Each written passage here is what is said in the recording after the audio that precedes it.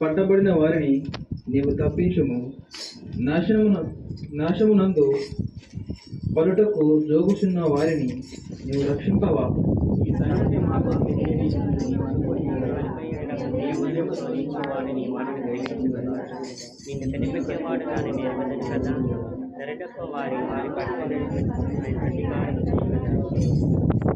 నా కుమారుడా, తేనె త్రాగుము, అది రుచిగలది కదా. తేనె పట్టు తిను, అది నీ నాలుకకు తీపియే కదా.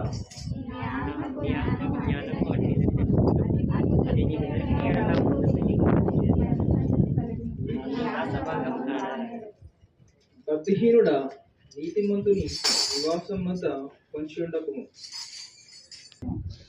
దుర్మార్గులను చూసి నీవు వ్యసన పడకుము. భక్తిహీనుని ఎడల మత్సర పడకుము.